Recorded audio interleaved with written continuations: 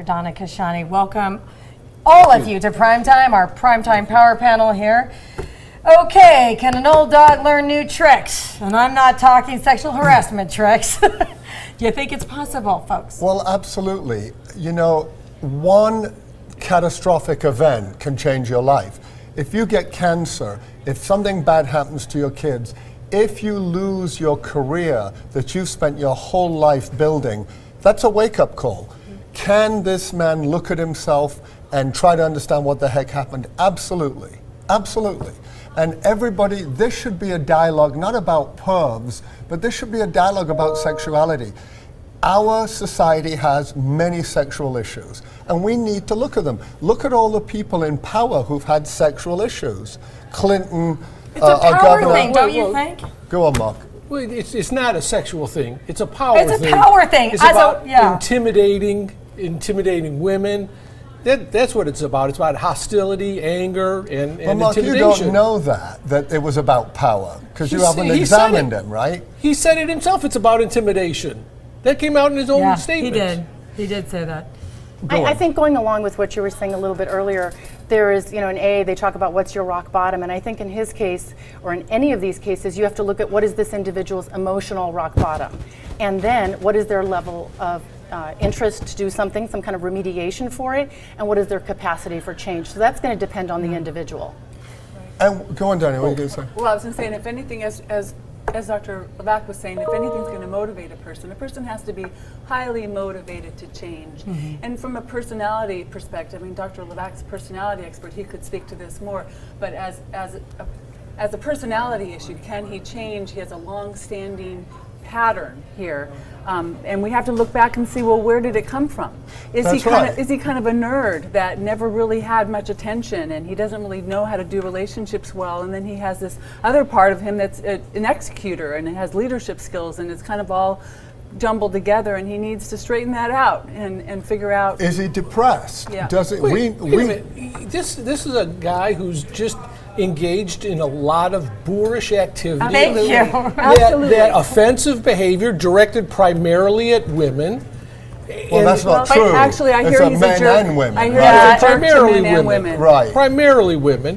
Whereas if he's not sexually harassing them, he's verbally abusing them. But we have seen people in marriage therapy, for example, where the male is depressed and begins to act in inappropriate, boorish ways. We've seen it with a brain tumor, where you lose your judgment. Right. I think we have. Well, this guy doesn't have a brain tumor. Mark, How do you know that? I think we have to be very careful, especially as clinicians, when we look at this, because people we rush to judgment. We all have visceral responses to this, right? No one wants their daughter or their wife to be treated this way. It's inappropriate. He's admitted that.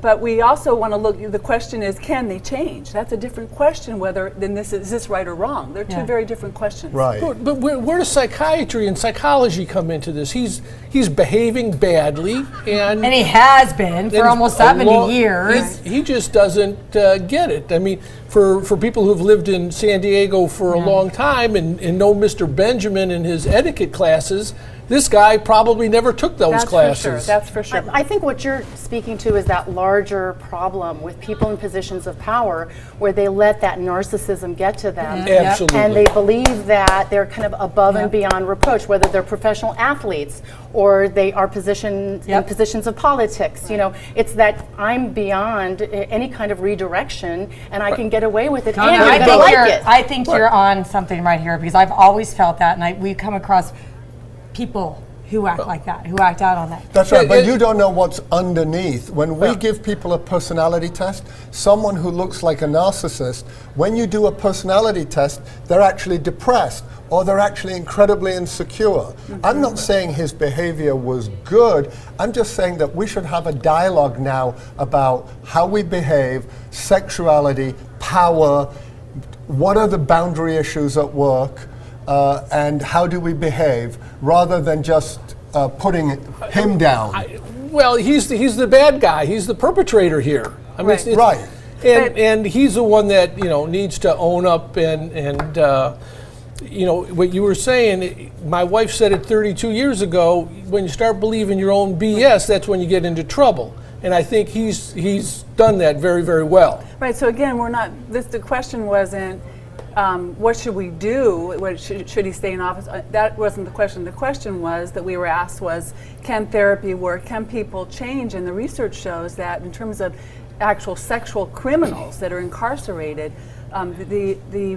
the actual punishment of incarceration, the recidivism rate is very low. And then when you give them treatment, therapy, the recidivism rate is even lower. So people can, I believe, change if they're highly motivated and they've had a wake-up call, and this certainly has to be a wake-up call for him. I had a narcissist in my practice once finally admit to me that people told me how great I was for so long that I actually believed them. There you go. Right. Yeah, but again, it's not going to happen in 2 weeks. Yeah. It's not likely going to happen in 2 years. Right. This is a long process. But how for this do guy. what do we need to happen in 2 weeks? Mark, I saw you Well, sent he's that the in the paper. mayor of San Diego. We need a guy who can lead our city. Absolutely. Yeah. But I think people need to understand that if you go away for 2 weeks of intensive work, you might not change the whole structure of your personality, but you may begin to behave differently. Just like alcoholics never are cured, obese people never stop fighting it, right? It's getting you alerted to what you need to work Okay, on. what you guys need to know real quick is that the city attorney filed, he deposed Filner, and coincidentally, Filner says, well, I'm not going to be around, I'm going to get rehabilitated. So is this just an excuse to not get disposed? Deposed. You know, I don't know. Disposed. I can't. I'm sorry, Freudian slap. I'm like, you know where I stand. See, it is a sexual issue. Right, and I'm triggered by it because I've been, sexually harassed in my past, climbing up the ladder, and it's horrible to do that to Right, women. And I have absolutely. 4 daughters, and Right. it better darn well not Right. happen to them. Right, and This behavior needs to stop. Why didn't you? I mean, I'm not.